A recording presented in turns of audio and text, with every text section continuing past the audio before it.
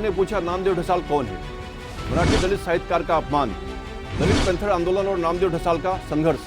नमस्कार दोस्तों, आप देख रहे हैं आवाज इंडिया और मैं आपका होस्ट अंजनी मिश्रा। आज हम एक ऐसे विवाद पर चर्चा करने जा रहे हैं जिसने पूरे महाराष्ट्र और देश भर में बहस छेड़ दी। सेंसर बोर्ड ने हाल ही में एक सवाल पूछा, नामदेव ढसाल कौन है। यह सवाल सिर्फ एक साधारण प्रश्न नहीं बल्कि दलित साहित्य और आंदोलन को लेकर सेंसर बोर्ड की अनभिज्ञता को दर्शाता है। क्या यह सिर्फ एक गलती है या फिर जानबूझकर की गई एक अपेक्षा। नामदेव ढसाल कोई आम शख्सियत नहीं थे, वो मराठी साहित्य के विद्रोही स्वर थे, दलित पैंथर आंदोलन के संस्थापक थे और समाज में समानता की क्रांति लाने वाले विचारक थे। उनकी कविताएं और लेखनी न केवल दलित समाज के दर्द को व्यक्त करती थी बल्कि एक मजबूत विरोध भी दर्ज कराती थी। लेकिन जब सेंसर बोर्ड जैसे सरकारी संस्थान उनके अस्तित्व पर सवाल उठाते हैं तो यह एक गंभीर चिंता का विषय बन जाता है। और आज हम इस वीडियो में आपको नामदेव ढसाल के जीवन, उनके संघर्ष, दलित पैंथर आंदोलन और सेंसर बोर्ड के इस विवाद पर विस्तार से जानकारी देंगे। तो इस वीडियो को अंत तक देखें और हमारे चैनल को सब्सक्राइब करें ताकि हम आप तक हर महत्वपूर्ण खबर सबसे पहले पहुंचाएं। नामदेव ढसाल कौन थे?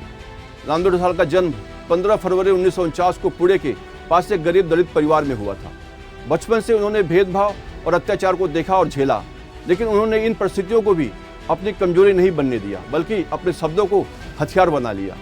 मराठी साहित्य में उनका नाम विद्रोही कवि के रूप में जाना जाता है। उनकी कविताएं किसी भी प्रकार के सामाजिकरण या सौंदर्य शास्त्र की परवाह किए बिना सीधे समाज की कड़वी सच्चाई को बयां करती थी। उनकी सबसे चर्चित पुस्तक गोलपीठा ने मराठी साहित्य में भूचाल ला दिया था। यह पुस्तक दलितों की पीड़ा, सामाजिक अन्याय और शोषण की दास्तां बयां करती है। इसके अलावा मुंबई, झंझनाट, नागलोक, गंधर्व लोक भी सामाजिक चेतना से भरपूर थी। उन्होंने केवल कविता ही नहीं लिखी बल्कि एक आंदोलन की शुरुआत भी की जो आगे चलकर पूरे भारत में एक महत्वपूर्ण सामाजिक परिवर्तन का हिस्सा बना। दलित पैंथर आंदोलन और नामदेव ढसाल की भूमिका 1970 के दशक के भारत में दलितों के खिलाफ हिंसा और भेदभाव चरम पर था। समाज में असमानता बनी हुई थी और उस समय दलितों की आवाज को दबाया जाता था। इसी दौर में नामदेव ढसाल, राजा ढाले और अर्जुन डांगे ने मिलकर दलित पैंथर आंदोलन की नींव रखी। दलित पैंथर आंदोलन का मुख्य उद्देश्य था जातिगत भेदभाव के बिना संघर्ष करना और दलितों के अधिकारों की रक्षा करना। यह आंदोलन न सिर्फ महाराष्ट्र में बल्कि पूरे भारत में फैल गया। इस आंदोलन के जरिए उन्होंने दलित समाज को अपने अधिकारों के लिए लड़ने की प्रेरणा दी और समाज में समानता की नई लहर पैदा की। चल हल्ला बोल फिल्म विवाद और सेंसर बोर्ड की आपत्ति हाल ही में एक फिल्म चल हल्ला बोल बनी है जो नामदेव ढसाल की कविताओं पर आधारित है।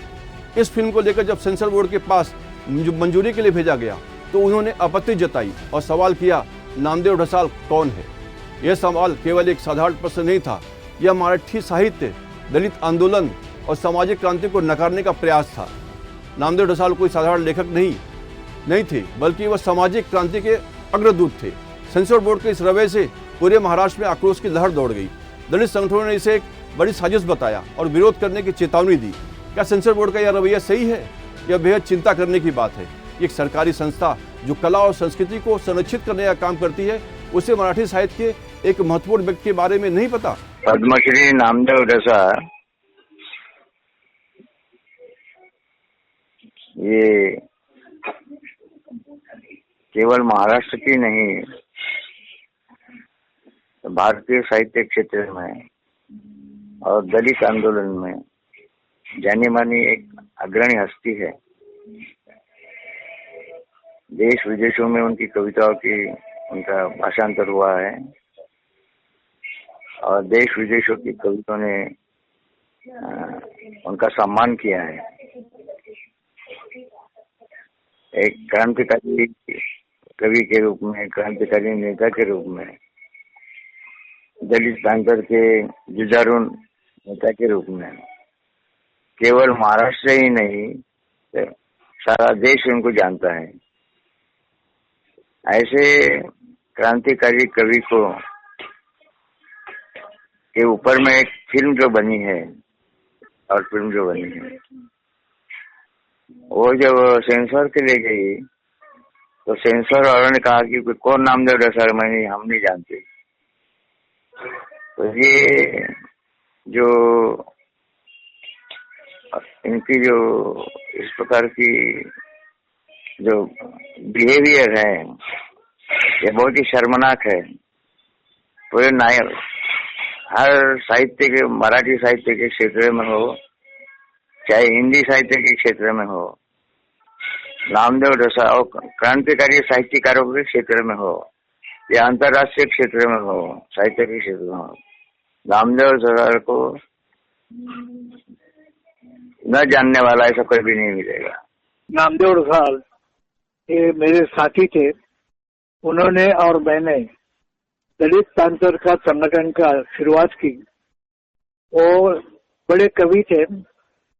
मुझे गर्व से कहना पड़ता है कि उसका पहला जो वाचक था कविता का, वो कविता का पहला वाचक मैं हमेशा रहता था और मेरे बाजू में रहते थे।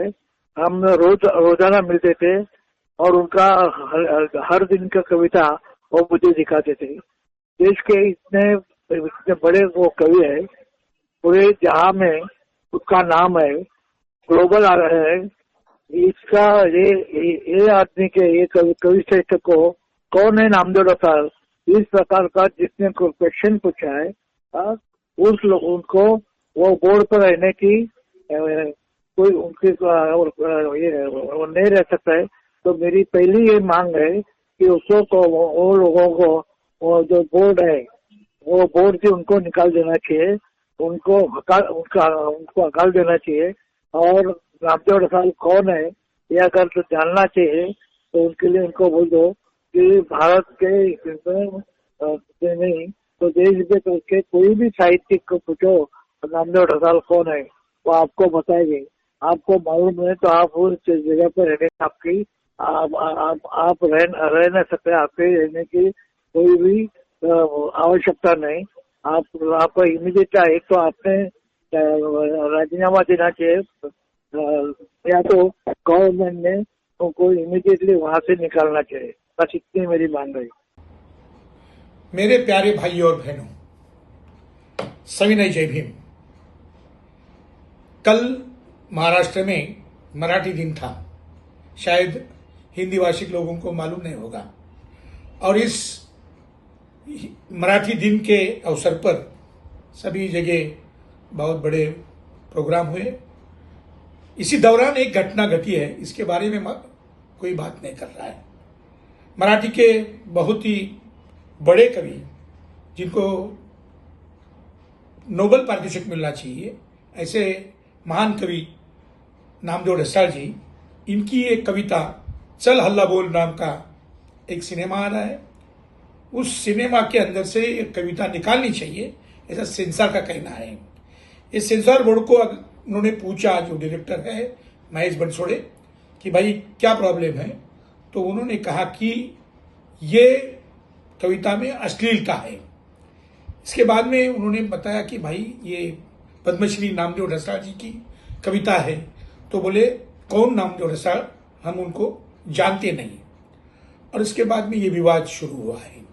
इस देश में जो गरीब तबके के लोग हैं, जो धर्म से शूद्र अतिशूद्र है, ये लोगों को कोई चेहरा नहीं होता है और उनको कौन पहचानता है। नामदेव ढसाल उसी समाज से आए, जो दबे कुचले समाज से आए, तो उनको नहीं पहचानते करके बोले इस देश का जो समाज जो है ये जातिग्रस्त समाज है, श्रेणीबद्ध विषमता का समाज है। इसमें किसने कितना बात करना चाहिए और कितनी बात सुनी जाएगी ये पहले से ही तय है। इसलिए ये पहले बार नहीं हुआ है कि हम तुम्हें नहीं जानते हैं। ये सालों से, हजारों सालों से हमको जानते नहीं। जय भीम, जय शिवराय। मैं Mahesh Bansode, film director, writer, producer हूं। दलित, आदिवासी, अल्पसंख्यक, मुस्लिम,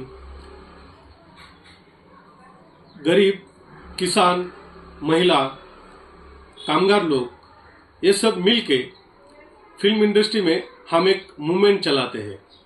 मूवमेंट का नाम है लोकांचा सिनेमा, पीपल्स मूवी मूवमेंट। ये मूवमेंट के माध्यम से हमने एक फिल्म बनाई है। फिल्म का नाम है चल हल्ला बोल। ये फिल्म बहुजन की जी मूवमेंट है, ये मूवमेंट के ऊपर ये फिल्म भाष्य करती है। इसकी कथा वही है। ये फिल्म सेंसर बोर्ड ने रिजेक्ट किया है। उन्होंने हमें नोटिस दिया है।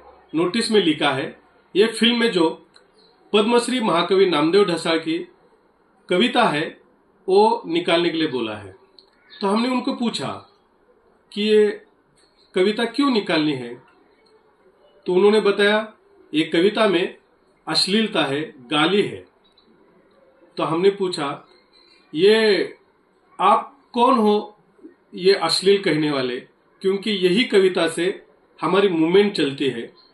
यही कविता पूरी दुनिया में अलग अलग भाषा में ट्रांसलेट होके वहाँ के यूनिवर्सिटी में सिखाई जाती है, भारत के अलग अलग यूनिवर्सिटी में सिखाई जाती है। भारत सरकार ने पद्मश्री नामदेव ढसाल को पद्मश्री अवार्ड दिया है, उनके कविता को अवार्ड मिला है। तो आप कौन हो जो इसको अश्लीलता बोलते हो? तो ये बोलते हैं कि कौन नामदेव ढसाल, हम पहचानते नहीं। यह बहुत गुस्सा आने वाली बात है, ये बहुजन समाज का अवमान करने वाली बात है।